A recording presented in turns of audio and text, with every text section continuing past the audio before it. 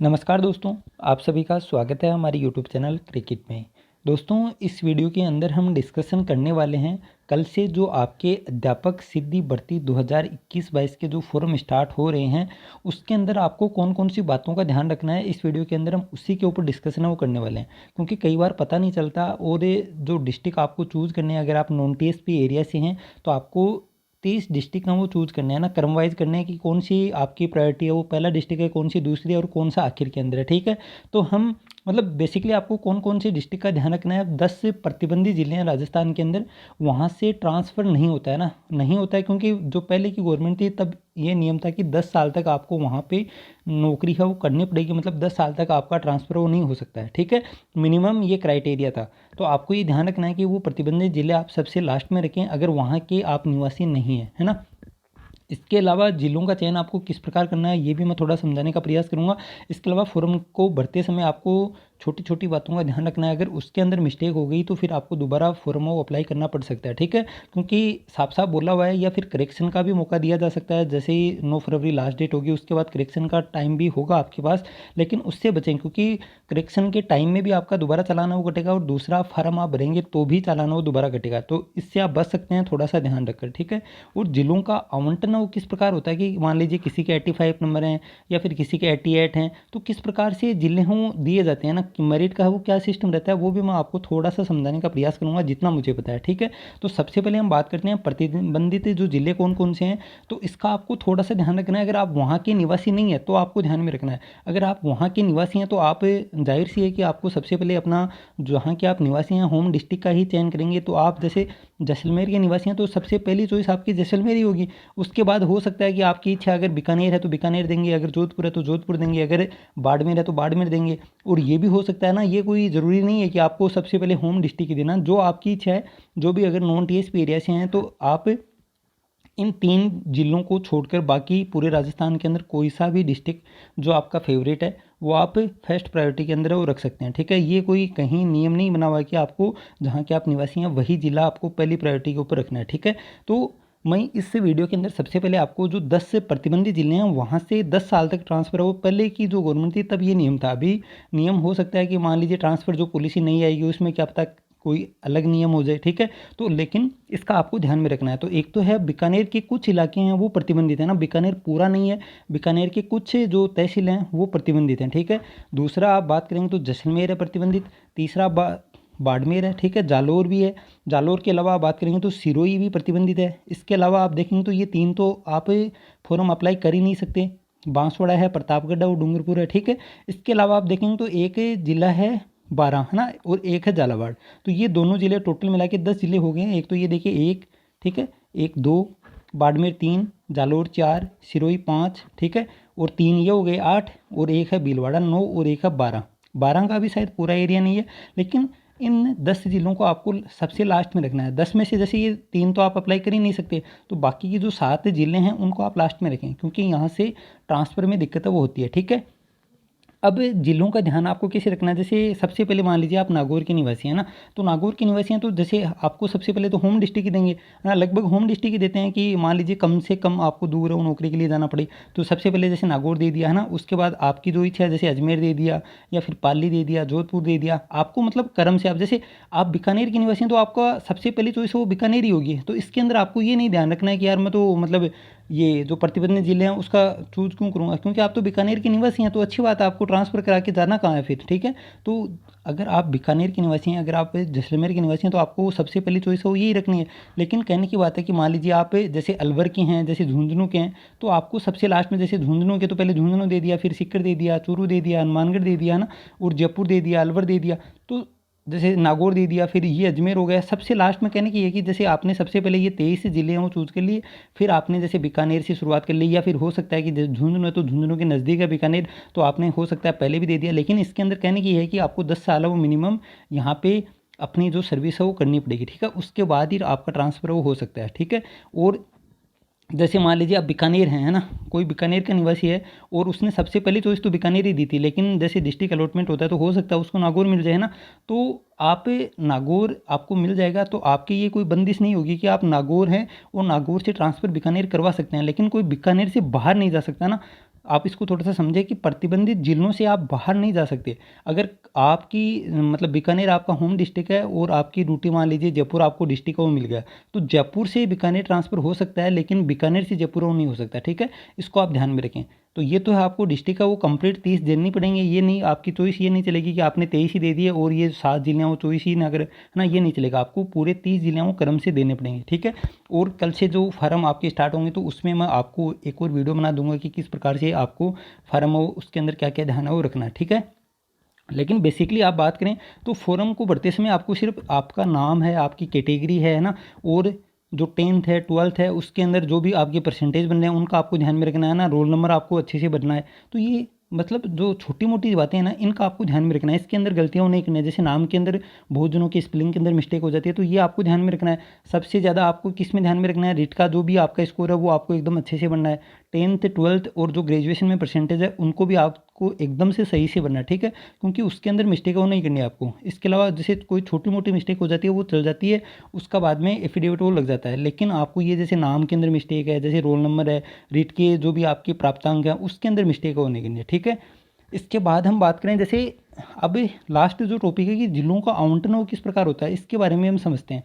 तो ये देखिए, अब आप देखेंगे ये आपकी साइंस मैथ की सीटों का वर्गीकरण है, कौन सी ज़िले के अंदर कितनी सीट है, यहाँ से हम एग्जाम्पल के रूप में समझेंगे और आपको एकदम बढ़िया से समझ में भी आ जाएगा, ठीक है। तो आराम से समझने का प्रयास कीजिए। हम लेते हैं चूरू जिला, क्यों लेते हैं, क्योंकि यहाँ पे 100 सीट है, मतलब जिस प्रकार से रिजर्वेशन है उसी प्रकार से सीटों का आवंटन हो जाएगा। तो यहाँ पे आपको 36 सीट तो किसकी मिलेंगी, जनरल कैटेगरी की मिलेंगी, 10 सीट आपको ईडब्ल्यूएस की मिलेंगी और 21 सीट आपको ओबीसी की मिलेंगी, 5 सीट आपको एमबीसी की मिलेंगी, एससी की 16 सीट मिल जाएंगी और एसटी की आपको 12 सीट मिल जाएंगी, ठीक है। शहरिया की कोई सीट होती नहीं है और 16 सीट आपको दंडवत आरक्षण की वो मिल जाएंगी, ठीक है। इस प्रकार से सीटों का आवंटन होता है। तो ये मैंने आपको पहले ही समझा दिया। अब 16 का मतलब आप काउंटिंग करेंगे तो ये देखिए आपको 100 सीट तो यही मिल गई है ना, और प्लस 16 मतलब 116 मिल रहे हैं, लेकिन सीट कितनी है, चूरू के अंदर कितनों का सिलेक्शन होगा, सिर्फ 100 का ही होगा। तो ये 16 कहाँ से आएंगी, है ना, ये 16 कहाँ से होगा। अब मान लीजिए 16, ये जो दंडवत आरक्षण है इसका मतलब ये है कि जिस भी कैटेगरी का यहाँ से कोई कैंडिडेट सिलेक्ट होगा उसकी सीट इसमें से कम हो जाएगी। मान लीजिए 16 में से 5 जने वो जनरल कैटेगरी के सिलेक्ट होते हैं, तो फिर जनरल कैटेगरी के अंदर सिलेक्शन कितनों का होगा, सिर्फ 31 का होगा, 5 का यहाँ से सिलेक्शन वो हो चुका है, ठीक है। इसका मतलब मैंने आपको काफ़ी टाइम पहले ही बता दिया था। अब हम बात करते हैं कि किस प्रकार से डिस्ट्रिक्ट अलॉटमेंट होता है, लेकिन उससे पहले मेरे को याद आ गया एक काम कि चैनल के ऊपर नए हैं तो सब्सक्राइब करने में आपका कुछ नहीं बिगड़ेगा। मैं देखता हूँ कि 91% रेशियो है किसका, जिन्होंने सब्सक्राइब नहीं कर रखा फिर भी चैनल के ऊपर देखते हैं वीडियो, ठीक है। तो मैं तो किसी कोचिंग का प्रचार करने के लिए वीडियो नहीं बनाता हूँ, जो आप कमेंट करते हैं जिसकी आपको ज़रूरत होती है 2-3 दिन के अंदर एक वीडियो बन पाता है, इतना ही टाइम मिलता है। मैं तो अपने कोर्स का प्रचार भी नहीं करता हूँ, क्योंकि जिसको लेना है वो ले लेगा, जिसको मेरा पढ़ाया हुआ समझ में आ रहा है तो वो आराम से ले लेगा, ठीक है। तो मैथ का हमारा कोर्स चल रहा है सेकंड ग्रेड और फर्स्ट ग्रेड के लिए। जो ओल्ड बुक चला करती थी 2010-11 से पहले, उसका कोर्स चल रहा है। 3 बुक हमारी कंप्लीट हो चुकी हैं और चौथी बुक हमारी अभी 3 दिन पहले शुरू हुई है ना, जिसके अंदर आपको रिलेशन है, फंक्शन है, कॉम्प्लेक्स नंबर है, 3D है और साथ में वेक्टर, ये जो सबसे हार्ड टॉपिक हैं उनसे संबंधित ये 2 बुक मैं कंबाइंड लेकर आया हूँ। तो जिसको लेनी है वो ले सकता है, ठीक है। अब बात करते हैं जो हमारा टॉपिक था, सब्सक्राइब जरूर कर लेना, सब्सक्राइब करेंगे तो आपका कुछ बिगड़ेगा नहीं, ठीक है। तो बार बार नहीं बोलूँगा मैं। तो ये देखिए, आप देखते हैं सबसे पहले ये समझने से पहले हम समझते हैं जो आपकी मेरिट रहती है, जो फाइनल मेरिट रहती है उसके अंदर क्या सिस्टम रहता है उसको समझते हैं, और साथ में मेल और फीमेल वाली मेरिट है वो क्या रहती है उसको भी समझते हैं, ठीक है। तो सबसे पहले आप देखते हैं कि जनरल कैटेगरी की मेरिट जो भी रहती है ना, उसके बाद ओबीसी की मेरिट हमेशा आपको कम ही मिलती है, चाहे पॉइंटों के अंदर 10 का फर्क हो, चाहे 1% का हो, चाहे 2% का हो। ईडब्ल्यूएस की मेरिट भी हमेशा कम रहती है, लेकिन मेल और फीमेल की मेरिट लगभग, पहले तो क्या होता था फर्क आता था, लेकिन अभी वर्तमान में कोई फर्क वो नहीं आता है। तो दोनों के अंदर, जबकि यहाँ पे आप देखेंगे ओबीसी की सिर्फ 21% रिजर्वेशन है ना, और एमबीसी में मात्र 5% रिजर्वेशन है, उसके बाद भी मेरिट कम आती है। लेकिन यहाँ पे आप देखेंगे फीमेल के लिए 30% रिजर्वेशन है, उसके बाद भी मेरिट के अंदर कोई फर्क नहीं आता, ठीक है। तो दोनों के अंदर फर्क है, दोनों जो रिजर्वेशन है उनके अंदर फ़र्क है, उनका सिस्टम दोनों का अलग अलग है। क्या सिस्टम है तो वो आप समझें। तो यहाँ पे क्या होता है कि जनरल का मतलब है कि जिस भी कैटेगरी से जो जनरल की कट ऑफ गई है, मान लीजिए 85% कट ऑफ गई है और आपके 86% है, आप चाहे ओबीसी के हैं, चाहे एससी के हैं, चाहे एसटी के हैं, है ना, किसी भी कैटेगरी से हैं, तो आप कौन सी सीट के ऊपर सिलेक्शन लेंगे, जनरल वाले के ऊपर लेंगे। लेकिन यहाँ पे सिस्टम क्या होता है, यहाँ पे मान लीजिए आपके सब्जेक्ट में 100 सीट हैं, तो सबसे पहले 100 का सिलेक्शन वो किया जाएगा, ठीक है। उसके अंदर देखा जाएगा कि 30 महिलाओं का सिलेक्शन हुआ या नहीं हुआ। अगर 30 महिलाओं का सिलेक्शन हो गया तो जो भी मेरिट रहेगी वो फिर मेल और फीमेल की मेरिट है वो समान हो जाएगी। अगर बाई चांस 30 की जगह मान लीजिए 50 या 55 या 60 महिलाओं का सिलेक्शन हो जाता है, तो जो ऊपर वाली है ना, मान लीजिए 50 का सिलेक्शन होता है, जो 1 से 20 तक जिनका सिलेक्शन हुआ ना, वो कौन सी सीट के ऊपर सिलेक्शन होगा उनका, ये देखिए सबके आगे लिखा हुआ है सामान्य। सामान्य का मतलब क्या है, मेल कैटेगरी की सीट है ना, तो इनके ऊपर इनका सिलेक्शन हो जाएगा। तो आपने देखा होगा अगर कोई सिलेक्टेड लिस्ट देखी है जो रिट 2018 की है, उसके अंदर जो ऊपर वाली महिलाएं हैं जिनका मतलब ज़्यादा का सिलेक्शन हुआ है, 30% से ज़्यादा, मान लीजिए 100 के अंदर 30, 40, 50 का सिलेक्शन हुआ, जो ऊपर वाली 20 थी उनका सिलेक्शन मेल कैटेगरी की सीट के ऊपर हुआ है। ठीक है, आप गौर से उस लिस्ट को देखना।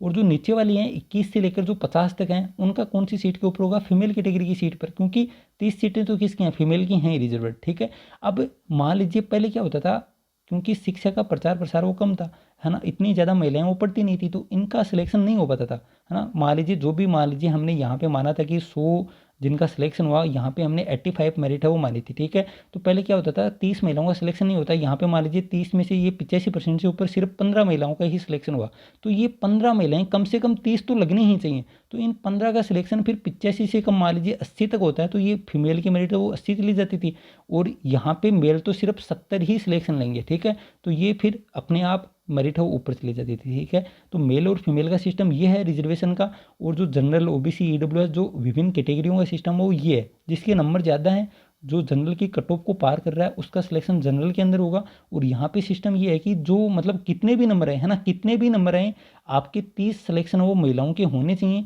अगर 30 के नहीं हो रहे हैं, है ना, तो फिर मेरिट है वो नीचे चली जाएगी। अगर 30 से ज़्यादा के हो रहे हैं वो फिर मेरिट है वो बराबरी रहेगी। ठीक है, तो यही सिस्टम वो कौन सा रहता है, डिस्ट्रिक्ट अलॉटमेंट के अंदर रहता है। तो ये सिस्टम क्या है, यहाँ पे आप देखेंगे, इसको आप समझते हैं, ये तो आपको समझ में आ गया होगा किस प्रकार आपके जो मेल और फीमेल की मेरिट है वो किस प्रकार समान हो रहती है, ये तो मैंने आपको बता दिया। ठीक यही सिस्टम आपको डिस्ट्रिक्ट अलॉटमेंट के अंदर रहता है। तो इसके अंदर आप देखेंगे तो ये देखिए सीटें कितनी हैं, जनरल की सीट है 36। ठीक है, तो आपको कैंडिडेट कितने लेना है ना, चूरू के अंदर कैंडिडेटों को कितने लगेंगे, सिर्फ 100 ही तो लगेंगे। तो सबसे पहले 100 का सिलेक्शन हो जाएगा ना, 100 के अंदर देखा जाएगा। फिर 100 के अंदर मान लीजिए आपको 80% से ऊपर 100 कैंडिडेटों को मिल गए, है ना, हम मान रहे हैं सब कुछ, हम अजम्पशन कर रहे हैं। ठीक है, 80% से ऊपर आपको 100 कैंडिडेट मिल गए, तो इस 80% से ऊपर ये जो 100 कैंडिडेट हैं, इसके अंदर देखा जाएगा कि जो AWS कैटेगरी के जो 10 कैंडिडेट मिले या नहीं मिले, है ना, फिर देखा जाएगा कि 21 कैंडिडेट ओबीसी के सिलेक्शन हुए या नहीं हुए, है ना, ज़्यादा हुए वो चल जाएगा, है ना, लेकिन 21 का सिलेक्शन होना चाहिए। ठीक है, और 5 एमबीसी के हुए या नहीं हुए, और महिलाओं के भी देखा जाएगा। जैसे महिलाओं की सीट कितनी है आप देखेंगे तो ये देखिए, इसके अंदर 8 महिलाएं हैं सामान्य कैटेगरी की, 2 हैं विडो कैटेगरी की। अब जनरली आप देखते हैं विडो कैटेगरी की मेरिट वो काफ़ी कम रहती है, तो विडो को होम डिस्ट्रिक्ट को किस प्रकार मिलेगा, वही तरीका। अब यहाँ पे 100 कैंडिडेट आपने टॉप चुने, है ना, हो सकता है आप सभी के मेरिट है वो कम जाए, मतलब मेरिट का मतलब है कि सभी के नंबर कम थोड़ी ना आते हैं। कोई वीडियो आपने देखा होगा, मान लीजिए 90% आ रहे हैं, तो ये 90% वाली जो वीडियो है वो यहाँ पे जनरल कैटेगरी की सीट के ऊपर नहीं जाएगी। वो कौन सी सीट के ऊपर जाएगी, वो जो आपकी कैटेगरी है विडो, ये विडो की एक सीट यहाँ पे इसके 90% है वो कम हो जाएगी, है ना। कहने का मतलब क्या है कि जितने भी नंबर हों वो सबसे पहले अपनी कैटेगरी की सीट वो बुक करेगा। ये नहीं है कि आप अगर जनरल की कट ऑफ को फाइट कर रहे हैं तो आपकी जो स्पेशल कैटेगरी है उसकी सीट तो बाकी रह जाएगी, और यहाँ पे आप जनरल की सीट के ऊपर वो सिलेक्शन ले लेंगे, है ना। जैसे मेल और फीमेल में होता है वही तरीका यहाँ पे देखा जाएगा। आप कम से कम जितनी सीटें उतनों का सिलेक्शन होना चाहिए। अब 2 विडो लगनी चाहिए, अगर जो 80% से ऊपर आपके 2 विडो वो नहीं मिली तो फिर मेरिट वो कम रह जाएगी, विडो की मान लीजिए 70 रह जाएगी या फिर 60 रह जाएगी। जिसके 60% भी हैं उसका भी सिलेक्शन है वो होम डिस्ट्रिक्ट के अंदर हो जाएगा। ठीक है, तो यहाँ पे ये क्राइटेरिया रहता है कि कम से कम इतनी लगनी चाहिए।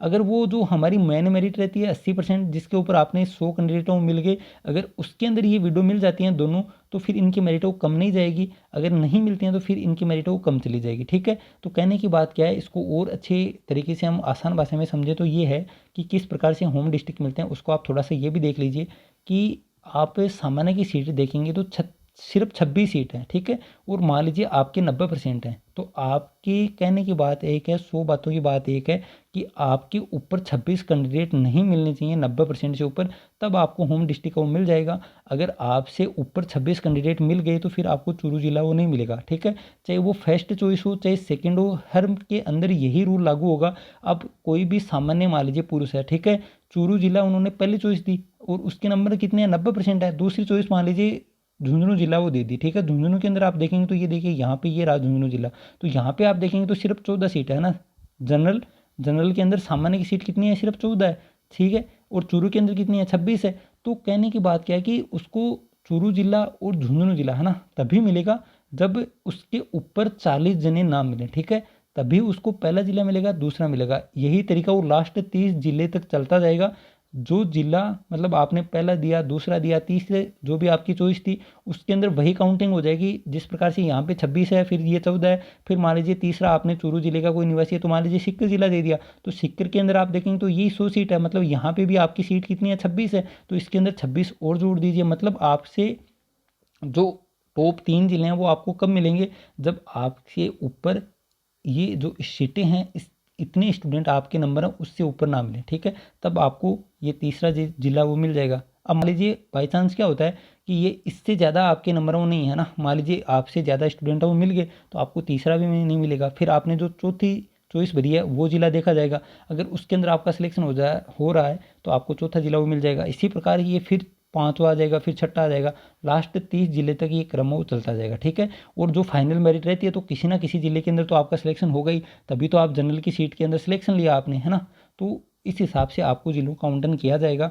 और जिस भी जिले के अंदर जितनी सीटें हैं चाहे वो कट ऑफ एकदम से कम रहे, मतलब आपकी कैटेगरी के अंदर आपको देखना है। आप मान लीजिए कोई ओबीसी का है ना चूरू जिले के अंदर, उसको किस प्रकार से जिला वो मिलेगा, यहाँ पे आप देखेंगे तो ये देखिए ओबीसी की सीट कितनी है, 15 है, ठीक है, लेकिन आप जनरल की सीट के ऊपर भी सिलेक्शन ले सकते हैं। तो अगर ओबीसी का कोई बंदा है तो यहाँ पे आप देखेंगे तो 41 सीटें हैं ना, 41 सीटें, तो ये 26 ही हो गई और 15 ये हो गई, दोनों का योग कितना 41 है। अब ओबीसी का किस बच्चे को है वो होम डिस्ट्रिक्ट मिलेगा या फिर चूरू जिले मिलेगा, उसके ऊपर 40 या फिर 41 बच्चे वो नहीं होने चाहिए, है ना। अगर 40 हुए तो 41वें नंबर पर उसका सिलेक्शन हो जाएगा। अगर 41 उससे पहले ही मिल गए तो फिर उसको चूरू वो नहीं मिलेगा, फिर उसकी जो सेकंड चॉइस है उसको देखा जाएगा, फिर उसकी थर्ड चॉइस को देखा जाएगा, फोर्थ को देखा जाएगा और लास्ट 30 तक उसको देखा जाएगा। जिस भी जिले के अंदर उसकी मतलब जो नंबर है उस हिसाब से सिलेक्शन हो रहा है वो जिला उसको अलॉट है वो कर दिया जाएगा, ठीक है। हर कैटेगरी के अंदर यही सिस्टम वो देखा जाएगा।